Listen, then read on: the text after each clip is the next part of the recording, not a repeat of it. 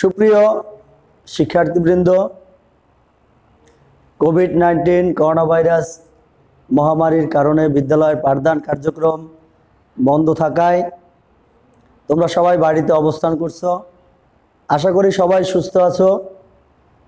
সরকারি প্রচেষ্টা মোতাবেক অনলাইন পাঠদানে তোমাদের সবাইকে স্বাগতম। সকলকে ফুলেল শুভেচ্ছা। আমি গণপতি হালদার, সহকারী শিক্ষক, সমাজবিজ্ঞান, সাপা মাধ্যমিক বিদ্যালয়, মঠবাড়িয়া, পিরোজপুর। আজকের পাঠদানের বিষয় বাংলাদেশ ও বিশ্ব পরিচয়, শ্রেণী নবম, অধ্যায় ত্রয়োদশ, বাংলাদেশ সরকারের অর্থ ও ব্যাংক ব্যবস্থা। সুপ্রিয় শিক্ষার্থীবৃন্দ, মনিটরে তোমরা কিছু চিত্র দেখতে পাচ্ছ। প্রথমেই রয়েছে বাংলাদেশ ব্যাংক। এটি আমাদের দেশের কেন্দ্রীয় ব্যাংক। এর পরে রয়েছে গ্রামীণ প্রচলিত সঞ্চয়ের রীতি অনুযায়ী মাটির ব্যাংকে ধাতব মুদ্রা সঞ্চয়। এর পরের চিত্রে রয়েছে কাগজি মুদ্রার গণনা। তারপরে রয়েছে রূপালী ব্যাংক লিমিটেড। সুপ্রিয় শিক্ষার্থীবৃন্দ, এ থেকে তোমরা কি বুঝতে পারো? আজকের পাঠ আমরা দেখে নেই। আজকের পাঠ ব্যাংকের ধারণা, ব্যাংকের শ্রেণীবিভাগ, বাণিজ্যিক ব্যাংকের কার্যাবলী এবং কেন্দ্রীয় ব্যাংকের কার্যাবলী। এ পাঠ থেকে তোমরা বাংলাদেশের ব্যাংক ব্যবস্থার ধারণা দিতে এবং এর ধরন ব্যাখ্যা করতে পারবে, বাণিজ্যিক ব্যাংকের কার্যাবলী বর্ণনা করতে পারবে, বাংলাদেশ ব্যাংকের কার্যাবলী বর্ণনা করতে পারবে। প্রথমেই রয়েছে ব্যাংকের ধারণা। জনসাধারণের অর্থ গচ্ছিত রাখার এবং ঋণ গ্রহীতাদের বিভিন্ন মেয়াদী ঋণ প্রদান করার প্রতিষ্ঠানকে ব্যাংক বলে। আমি পুনরায় বলছি, সুপ্রিয় শিক্ষার্থীবৃন্দ, তোমাদের সুবিধার জন্য তোমরা কাগজ কলম নিয়ে লিখে নিতে পারো। জনসাধারণের অর্থ গচ্ছিত রাখার এবং ঋণ গ্রহীতাদের বিভিন্ন মেয়াদী ঋণ প্রদান করার প্রতিষ্ঠানকে ব্যাংক বলে। জনসাধারণ তাদের আয় ও উদ্বৃত্ত অর্থ নিরাপদে সঞ্চয়ের জন্য ব্যাংকে জমা রাখে। কোনো কোনো জমাকৃত অর্থ থেকে জনসাধারণ সুদ হিসেবে আয়ও করে থাকে। ব্যাংক জনসাধারণের এই গচ্ছিত অর্থ ঋণ গ্রহীতাদের ঋণ হিসাবে প্রদান করে এবং এ ধরনের ঋণের উপর সুদ আদায় করে। সঞ্চিত অর্থের উপর ব্যাংক যে সুদ দেয় তা ঋণ গ্রহীতাদের নিকট হতে ব্যাংক যে সুদ নেয় তার চেয়ে কম। অর্থাৎ জামানতকারীকে ব্যাংক যে হারে সুদ প্রদান করে, ঋণ গ্রহীতাদের নিকট হতে ব্যাংক তার চেয়ে বেশি সুদ আদায় করে। সুদের হারের এই পার্থক্যই ব্যাংক মুনাফা। মূলত এই মুনাফার উপর ভিত্তি করে ব্যাংক টিকে থাকে।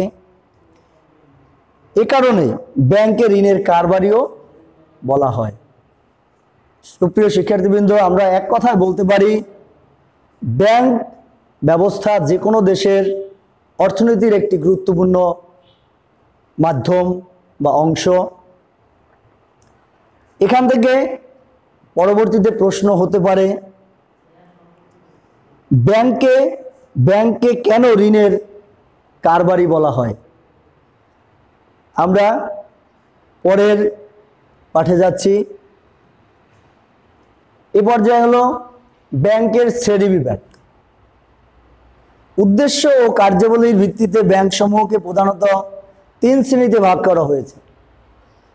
ব্যাংকের মূল উদ্দেশ্য হলো মুনাফা অর্জন করা। কার্যাবলী হলো ব্যাংক যে ধরনের কার্য সম্পন্ন করে থাকে সেটা হলো ব্যাংকের কার্যাবলী। তাহলে উদ্দেশ্য ও কার্যাবলীর ভিত্তিতে ব্যাংক সমূহকে প্রধানত কয় ভাগে ভাগ করলো? 3 ভাগে। ব্যাংকের 3 প্রকার হলো কেন্দ্রীয় ব্যাংক, তারপরে বাণিজ্যিক ব্যাংক, তারপর হলো বিশেষ আর্থিক প্রতিষ্ঠান। প্রথমেই কেন্দ্রীয় ব্যাংক। যে ব্যাংক একটি দেশের আর্থিক ব্যবস্থার শীর্ষে অবস্থান করে, সে দেশের অর্থবাজার, মুদ্রা ব্যবস্থা ও সমগ্র ব্যাংক ব্যবস্থা নিয়ন্ত্রণ করে, তাকে কেন্দ্রীয় ব্যাংক বলে। সুপ্রিয় শিক্ষার্থীবৃন্দ, আমি আগেও বলেছিলাম তোমরা খাতায় এগুলো লিখে নিলে ভালো হয়। পাঠ্য বইয়ে এইভাবে গুছানো অনেক ক্ষেত্রে নেই।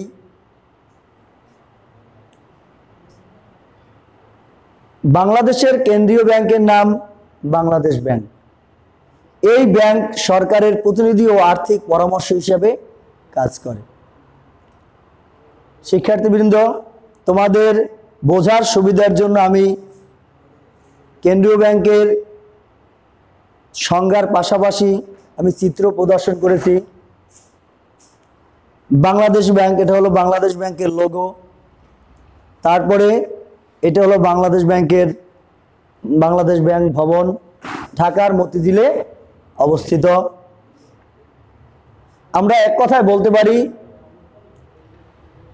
কেন্দ্রীয় ব্যাংক আমাদের দেশের কাগজি মুদ্রা প্রচলনের একমাত্র ক্ষমতা রাখে। আর কোনো ব্যাংক কাগজি মুদ্রা প্রচলনের ক্ষমতা রাখে না। এই ব্যাংক সরকারের হয়ে বিশ্ব ব্যাংকের প্রতিনিধিত্ব করে এবং আমাদের সরকারের বিভিন্ন সময়ের আর্থিক সংকটের সময় বিভিন্ন পরামর্শ এবং ঋণ দানের মাধ্যমে আর্থিক সমস্যার সমাধান করে থাকে। এই ব্যাংকে অন্যান্য ব্যাংকের ব্যাংকারও বলা হয়ে থাকে। কেন্দ্রীয় ব্যাংকের পরে রয়েছে বাণিজ্যিক ব্যাংক। যে ব্যাংক ব্যক্তি বা প্রতিষ্ঠানের অর্থ আমানত হিসেবে জমা রাখে এবং ব্যবসায়িক উদ্দেশ্যে ব্যক্তি বা প্রতিষ্ঠানকে স্বল্প মেয়াদী ঋণ প্রদান করে থাকে, তাকে বাণিজ্যিক ব্যাংক বলে। আমি পুনরায় বলছি, যে ব্যাংক ব্যক্তি বা প্রতিষ্ঠানের অর্থ আমানত হিসেবে জমা রাখে এবং ব্যবসায়িক উদ্দেশ্যে ব্যক্তি বা প্রতিষ্ঠানকে স্বল্প মেয়াদী ঋণ প্রদান করে থাকে, তাকে বাণিজ্যিক ব্যাংক বলে। বাংলাদেশে বহু বাণিজ্যিক ব্যাংক রয়েছে। বাণিজ্যিক ব্যাংকের মূল উদ্দেশ্য হলো মুনাফা অর্জন করা। বাংলাদেশে যে ধরনের বাণিজ্যিক ব্যাংক রয়েছে সেগুলো হলো সোনালী ব্যাংক লিমিটেড, জনতা ব্যাংক লিমিটেড, অগ্রণী ব্যাংক লিমিটেড, রূপালী ব্যাংক লিমিটেড। এই 4টি ব্যাংক সরকারি ব্যাংক হিসাবে পরিচিত। এছাড়াও বাণিজ্যিক ব্যাংক রয়েছে ইসলামী bank limited, city bank limited, ইসলামী আল আরাফা ব্যাংক লিমিটেড, সোশ্যাল ইসলামী ব্যাংক লিমিটেড প্রভৃতি। শিক্ষার্থীবৃন্দ, তোমাদের সুবিধার জন্য এখানেও বাণিজ্যিক ব্যাংকের চিত্র প্রদর্শন করা হয়েছে। আবার তোমরা চিত্রে দেখতে পাচ্ছ সোনালী ব্যাংক লিমিটেড, এটা বাণিজ্যিক ব্যাংক। রূপালী ব্যাংক লিমিটেড, এটাও বাণিজ্যিক ব্যাংকের আওতাভুক্ত। এরপরেই রয়েছে বিশেষ আর্থিক প্রতিষ্ঠান। কেন্দ্রীয় ব্যাংক গেল, বাণিজ্যিক ব্যাংক গেল, এরপরে হলো বিশেষ আর্থিক প্রতিষ্ঠান। বিশেষ আর্থিক প্রতিষ্ঠান বলতে ওই সকল প্রতিষ্ঠানকে বোঝানো হয় যেগুলো বিশেষ লক্ষ্য অর্জনের জন্য প্রতিষ্ঠিত হয়েছে। আমাদের দেশে বিশেষ লক্ষ্য অর্জনের জন্য কতিপয় ব্যাংক প্রতিষ্ঠিত হয়েছে। এই ব্যাংকসমূহকে বলা হয় বিশেষ আর্থিক প্রতিষ্ঠান, যেমন শিল্প ব্যাংক, কৃষি ব্যাংক, সমবায় ব্যাংক ও গ্রামীণ ব্যাংক।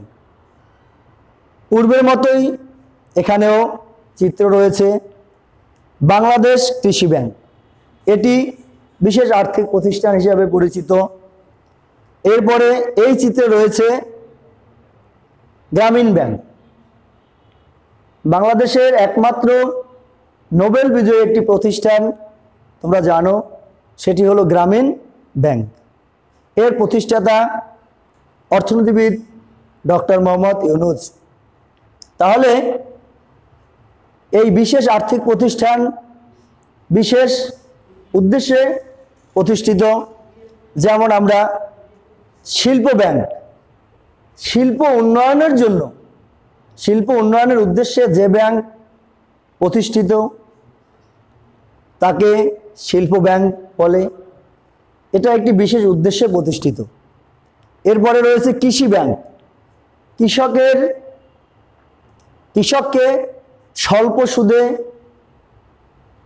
বিনা সুদে ঋণ প্রদান করে কৃষির উন্নয়ন সাধন করা কৃষি ব্যাংকের মূল উদ্দেশ্য, এটাও তার বিশেষ উদ্দেশ্য, তাই কৃষি ব্যাংক বিশেষ আর্থিক প্রতিষ্ঠান।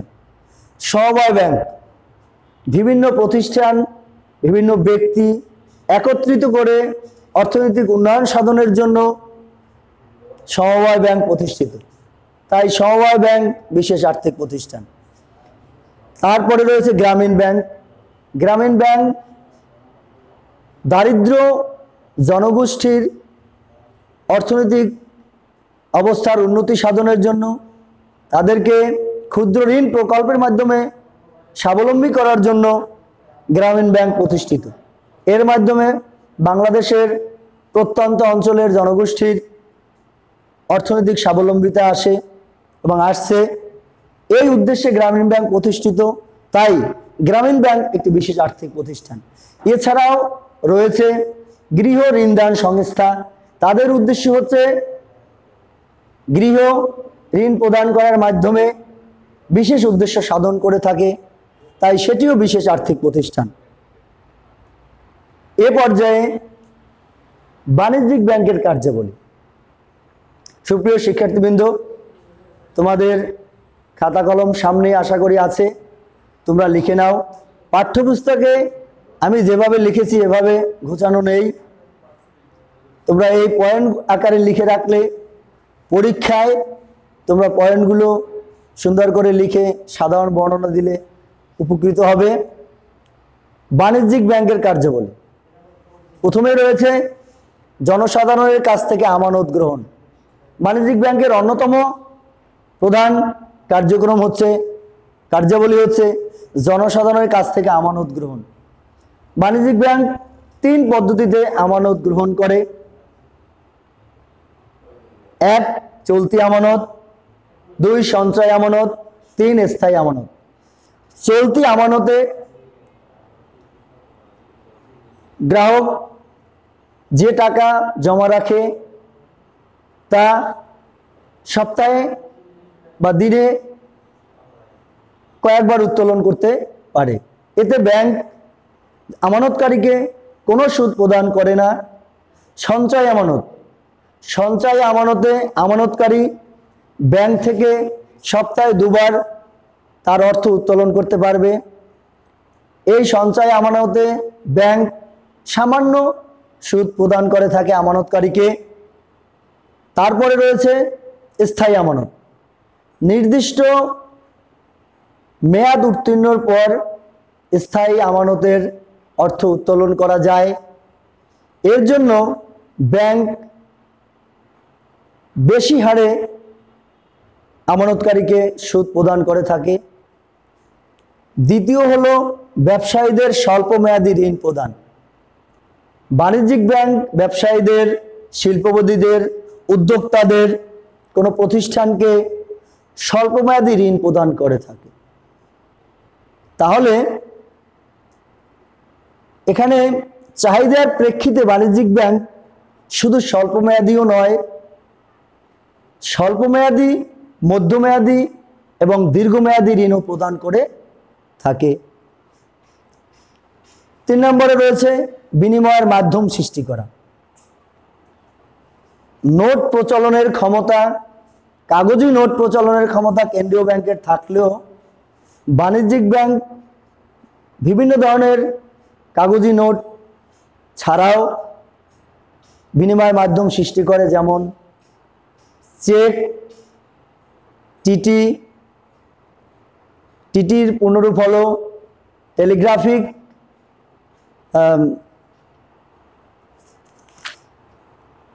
টেলিগ্রাফিক ট্রান্সফার, বিভিন্ন ধরনের বিনিময় মাধ্যম সৃষ্টি করে বাণিজ্যিক ব্যাংক।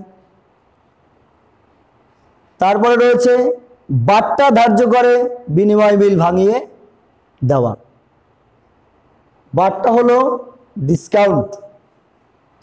এই বাট্টা ধার্য করে বিনিময় বিলের মালিক তার মেয়াদ উত্তীর্ণের আগেই এই বিনিময় বিল ভাঙিয়ে নিতে পারে।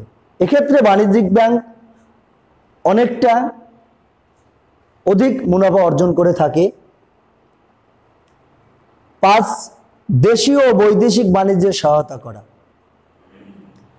দেশের অভ্যন্তরে এবং বৈদেশিক আমদানি রপ্তানি বাণিজ্যে বাণিজ্যিক ব্যাংক গুরুত্বপূর্ণ ভূমিকা পালন করে থাকে, কার্যাবলী সম্পন্ন করে থাকে।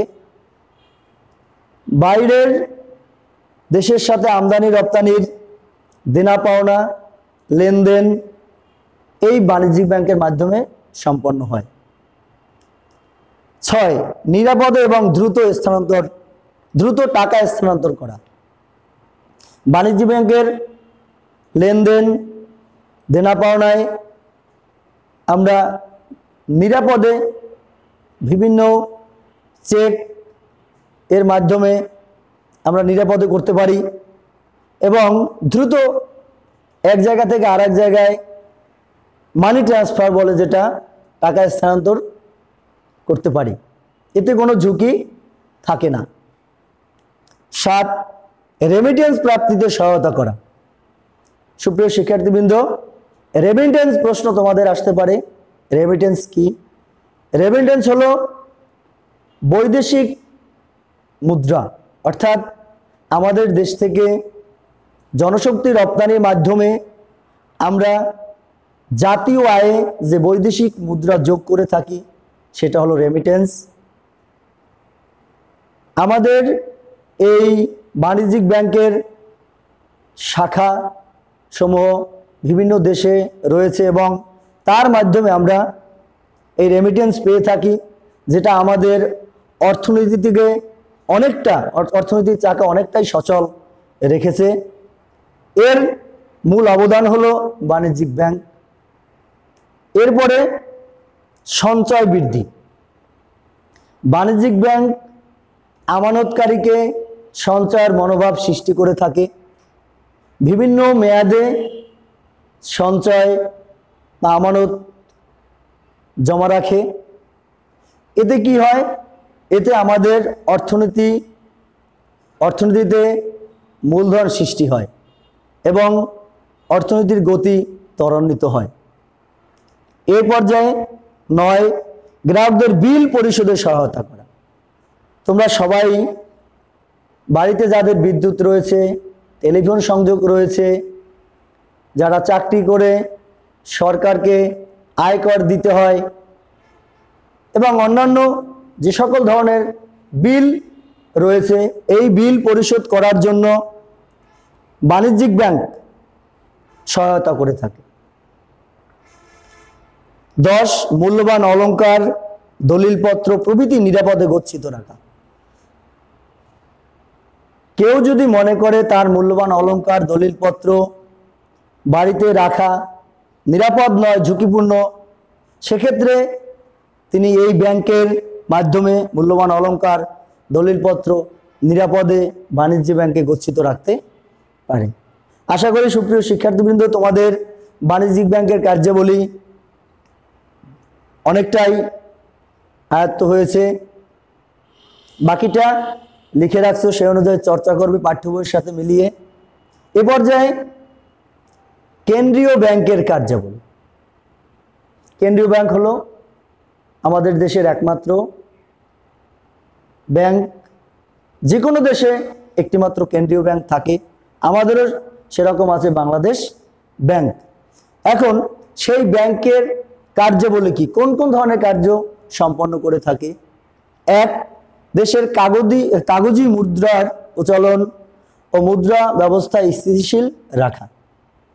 কেন্দ্রীয় ব্যাংকের সংজ্ঞা অনুযায়ী প্রথমেই তোমরা জেনেছো যে কাগজি মুদ্রার প্রচলনের ক্ষমতা কেন্দ্রীয় ব্যাংক রাখে। মুদ্রা ব্যবস্থা অর্থাৎ মুদ্রাস্ফীতি না হয়, অর্থের যোগান চাহিদার মধ্যে সামঞ্জস্যতা রাখা, এটা কেন্দ্রীয় ব্যাংকের মূল কার্যাবলী। কেন্দ্রীয় ব্যাংক যে কাগজি মুদ্রার প্রচলন করে, এটার আর এক নাম বিহিত মুদ্রা। দুই, মুদ্রার অভ্যন্তরীণ ও বহির্মূল্য স্থিতিশীল রাখা। কেন্দ্রীয় ব্যাংক যে ধরনের মুদ্রার প্রচলন করবে, এটা আমাদের দেশে অর্থাৎ অভ্যন্তরীণ এবং বাইরের যে মুদ্রা তার সাথে সামঞ্জস্যতা রাখা কেন্দ্রীয় ব্যাংকের অন্যতম দায়িত্ব। তিন, সরকারের অভ্যন্তরীণ ও বৈদেশিক ঋণের হিসাব নিকাশ এবং ব্যবস্থাপনার দায়িত্ব পালন করে।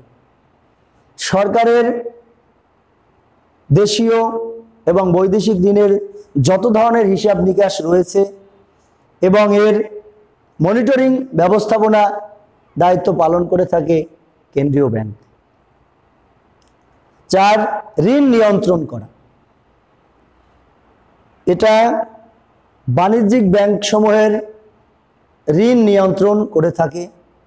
চাহিদা অনুযায়ী বাণিজ্যিক ব্যাংক ঋণ প্রদান করে থাকে, কিন্তু ঋণ প্রদানের পরিমাণ বেশি হলে যাতে মুদ্রাস্ফীতি না ঘটে সেজন্য কেন্দ্রীয় ব্যাংক ঋণ নিয়ন্ত্রণ করে থাকে। পাঁচ, আর্থিক সংকটের সময় বাণিজ্যিক ব্যাংকে ঋণ প্রদান করা। বাণিজ্যিক ব্যাংকের ঋণ প্রদানের ক্ষেত্রে হোক, যে কোনো ধরনের ক্ষেত্রে হোক, যখন আর্থিক সংকটের সম্মুখীন হয় তখন এই কেন্দ্রীয় ব্যাংক তাকে আর্থিক সংকটের সময় ঋণ প্রদান করে সহায়তা করে থাকে। ছয়, প্রয়োজন বোধে সরকারকে ঋণ প্রদান ও আর্থিক ব্যাপারে পরামর্শ দেওয়া। আমরা আগেই পূর্বে জেনেছি যে সরকারের পরামর্শদাতা হলো কেন্দ্রীয় ব্যাংক, আর্থিক পরামর্শদাতা। সেই হিসাবে প্রয়োজন বোধে সরকারকে ঋণ প্রদান করে থাকে কেন্দ্রীয় ব্যাংক এবং আর্থিক ব্যাপারেও পরামর্শ দিয়ে থাকে। সাত, বিভিন্ন ব্যাংকের নিকাশঘর হিসেবে দায়িত্ব পালন করে। কেন্দ্রীয় ব্যাংক বাণিজ্যিক ব্যাংক সমূহের অর্থ নির্দিষ্টভাবে গচ্ছিত রাখে এবং অভ্যন্তরীণভাবে এই বাণিজ্যিক ব্যাংকের হিসাব নিকাশ এবং সরকারের যে ঋণ প্রদান জমা এগুলোর সকল ধরনের হিসাব নিকাশ কেন্দ্রীয় ব্যাংক রাখে। এজন্য তাকে ক্লিয়ারিং হাউস বা নিকাশ ঘর বলা হয়। আর অন্যান্য দেশের মুদ্রার সাথে দেশের মুদ্রার নির্দিষ্ট বিনিময় হার রক্ষা করা। অন্যান্য দেশের যে সকল মুদ্রা থাকে আর আমাদের দেশের যে মুদ্রা, অনেক সময় এই বৈদেশিক মুদ্রা ক্রয় করতে হয় আবার বিক্রি করতে হয় দেশের অর্থনৈতিক মুদ্রার মান সামঞ্জস্য বা স্থিতিশীল রাখার জন্য, সেটাও করে থাকে কেন্দ্রীয় ব্যাংক। সর্বশেষ হলো 9 নম্বরে বিশ্ব ব্যাংকের প্রতিনিধি হিসাবে কাজ করে ও বৈদেশিক মুদ্রা সংরক্ষণ। বাংলাদেশ ব্যাংক বিশ্ব ব্যাংকের আমাদের দেশের হয়ে প্রতিনিধিত্ব করে থাকে এবং আমাদের মুদ্রা মান স্থিতিশীল রাখার জন্য বৈদেশিক মুদ্রা সংরক্ষণ করে থাকে। এটা হলো কেন্দ্রীয় ব্যাংকের সর্বশেষ কার্যাবলী। সুপ্রিয় শিক্ষার্থীবৃন্দ, আশা করি কেন্দ্রীয় ব্যাংকের কার্যাবলী সম্পর্কে তোমাদের কিছুটা হলেও ধারণা স্পষ্ট হয়েছে। বাকিটা পাঠ্য বইয়ের সাথে মিলিয়ে তোমরা এটা সেরে নিবে। এ পর্যায়ে তোমাদের বাড়ির কাজ। বাড়ির কাজে প্রথম হলো ব্যাংকে ঋণের কারবারি বলা হয় কেন, ব্যাখ্যা করো। এই প্রশ্নগুলো আমাদের পাঠ থেকেই দেওয়া হয়েছে। 2, বাণিজ্যিক ব্যাংকে কেন স্বল্পমেয়াদী ঋণের ব্যবসায়ী বলা হয়। 3, কেন্দ্রীয় ব্যাংকের নিকাশঘর বলতে কি বোঝো। এই 3টি প্রশ্ন আজকের পাঠ থেকে দেওয়া। তোমরা বাড়িতে পাঠ্য বইয়ের সাথে মিলিয়ে এর উত্তর তৈরি করবে এবং আয়ত্ত করবে, এটা আমার প্রত্যাশা। সুপ্রিয় শিক্ষার্থীবৃন্দ, আশা করি তোমাদের এই বাংলাদেশ বিশ্ব পরিচয়ের ব্যাংক ব্যবস্থার পাঠটি তোমাদের কাছে স্পষ্ট হয়েছে এবং তোমরা মনোযোগী ছিলে। বাড়ির কাজ সম্পন্ন করবে এবং বাড়িতে এই বিষয়ের বাকিগুলো পড়াশোনা করবে। যদি কোনো সমস্যার সম্মুখীন হও, তোমার নির্ধারিত বিষয়ের শিক্ষক বা স্যারের সাথে পরামর্শ করবে, মিলিয়ে নেবে, এই আশাবাদ ব্যক্ত করছি। সকলকে ধন্যবাদ। সবাই সুস্থ থাকো। সবার মঙ্গল কামনা করে আমি আমার পাঠদান এখানেই সমাপ্ত করছি। আবারও ধন্যবাদ সকলকে।